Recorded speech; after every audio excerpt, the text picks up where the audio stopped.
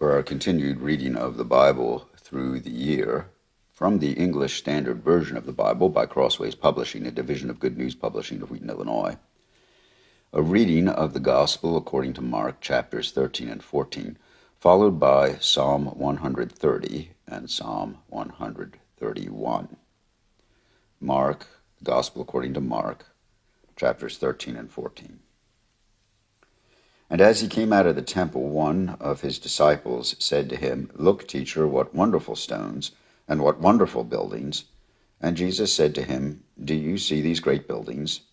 There will not be left here one stone upon another that will not be thrown down." And as he sat on the Mount of Olives opposite the temple, Peter and James and John and Andrew asked him privately, "Tell us, when will these things be, and what will be the sign when all these things are about to be accomplished?" And Jesus began to say to them, "See that no one leads you astray. Many will come in my name, saying, 'I am he,' and they will lead many astray. And when you hear of wars and rumors of wars, do not be alarmed. This must take place, but the end is not yet. For nation will rise against nation, and kingdom against kingdom. There will be earthquakes in various places. There will be famines. These are but the beginning of the birth pangs. But be on your guard, for they will deliver you over to councils, and you will be beaten in synagogues, and you will stand before governors and kings for my sake, to bear witness before them. And the gospel must first be proclaimed to all nations. And when they bring you to trial to deliver you over, do not be anxious beforehand what you are to say, but whatever is given you in that hour, for it is not you who speak, but the Holy Spirit. And brother will deliver brother over to death, and the father his child, and children will rise against parents and have them put to death. And you will be hated by all for my name's sake, but the one who endures to the end will be saved. But when you see the abomination of desolation standing where he ought not to be, let the reader understand. Then let those who are in Judea flee to the mountains. Let the one who is on the housetop not go down nor enter his house to take anything out, but let the one who is in the field not turn back, and let the one who is in the field not turn back to take his cloak. And alas for women who are pregnant, and for those who are nursing infants in those days. Pray that it may not happen in winter, for in those days there will be such tribulation as has not been from the beginning of the creation that God created until now and never will be. And if the Lord had not cut short the days, no human being would be saved. But for the sake of the elect whom he chose, he shortened the days. And if anyone says to you, 'Look, here is the Christ,' or 'Look, there he is,' do not believe it.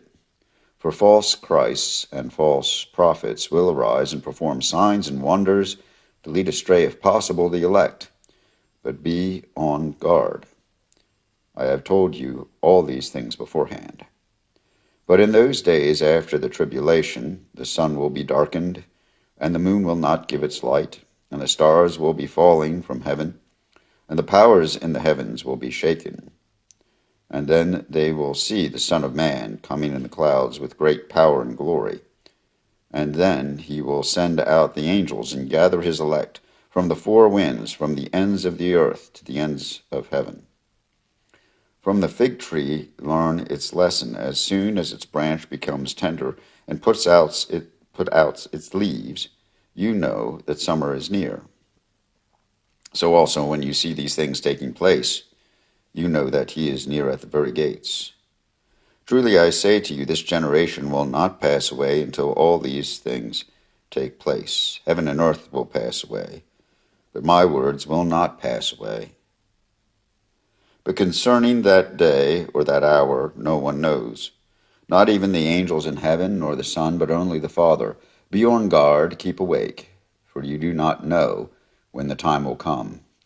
It is like a man going on a journey when he leaves home and puts his servants in charge, each with his work, and commands the doorkeeper to stay awake. Therefore stay awake, for you do not know when the master of the house will come, in the evening or at midnight, or when the rooster crows, or in the morning, lest lest he come suddenly and find you asleep. And what I say to you, I say to all, stay awake. It was now 2 days before the Passover, and the feast of unleavened bread. And the chief priests and the scribes were seeking how to arrest him by stealth and kill him. For they said not during the feast, lest there be an uproar from the people. And while he was at Bethany in the house of Simon the leper, as he was reclining at table, a woman came with an alabaster flask of ointment of pure nard, very costly, and she broke the flask and poured it over his head. There were some who said to themselves indignantly, why was the ointment wasted like that? For this ointment could have been sold for more than 300 denarii and given to the poor. And they scolded her, but Jesus said, leave her alone. Why do you trouble her? She has done a beautiful thing to me. For you always have the poor with you, and whenever you want, you can do good for them. But you will not always have me. She has done what she could. She has anointed my body beforehand for burial. And truly I say to you, wherever the gospel is proclaimed in the whole world, what she has done will be told in memory of her. Then Judas Iscariot, who was one of the 12, went to the chief priests in order to betray him to them. And when they heard it, they were glad, and promised to give him money. And he sought an opportunity to betray him. And on the first day of unleavened bread, when they sacrificed the Passover lamb, his disciples said to him, where will you have us go and prepare for you to eat the Passover? And he sent 2 of his disciples and said to them, go into the city, and a man carrying a jar of water will meet you. Follow him. And wherever he says, say to the master of the house, the teacher says, where is my guest room, where I may eat the Passover with my disciples? And he will show you a large upper room furnished and ready. There prepare for us.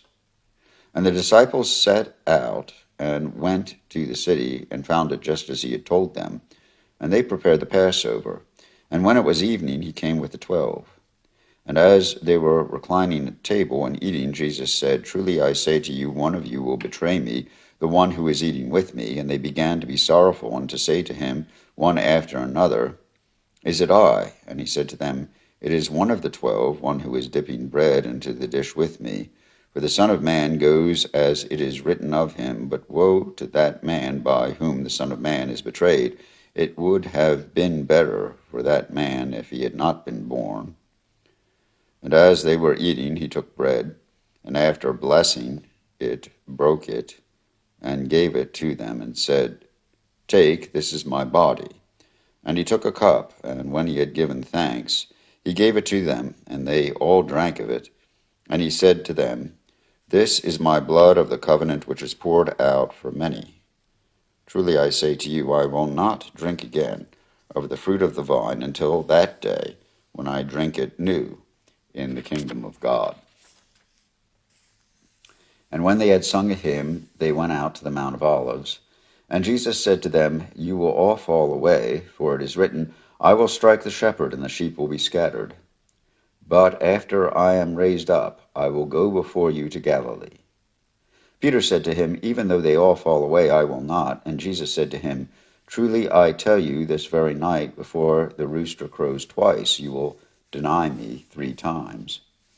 But he said emphatically, if I must die with you, I will not deny you. And they all said the same. And they went to a place called Gethsemane. And he said to his disciples, sit here while I pray. And he took with him Peter and James and John, and began to be greatly distressed and troubled. And he said to them, my soul is very sorrowful, even to death. Remain here and watch. And going a little farther, he fell on the ground and prayed that if it were possible, the hour might pass from him. And he said, Abba, Father, all things are possible for you. Remove this cup from me, yet not what I will, but what you will. And he came and found them sleeping. And he said to Peter, Simon, are you asleep? Could you not watch 1 hour? Watch and pray that you may not enter into temptation. The spirit indeed is willing, but the flesh is weak. And again he went away and prayed, saying the same words. And again he came and found them sleeping, for their eyes were very heavy, and they did not know what to answer him. And he came the third time and said to them, Are you still sleeping and taking your rest? It is enough. The hour has come. The Son of Man is betrayed into the hands of sinners. Rise, let us be going. See, my betrayer is at hand. And immediately, while he was still speaking, Judas came, one of the 12, and with him a crowd with swords and clubs from the chief priests and the scribes and the elders. Now the betrayer had given them a sign, saying, The one I will kiss is the man. Seize him and lead him away under guard. And when he came, he went up to him at once and said, Rabbi. And he kissed him, and they laid hands on him and seized him. But one of those who stood by drew his sword and struck the servant of the high priest and cut off his ear. And Jesus said to them, Have you come out against a robber with swords and clubs to capture me? Day after day I was with you in the temple teaching, but you did not seize me. And you did not seize me, but let the scriptures be fulfilled.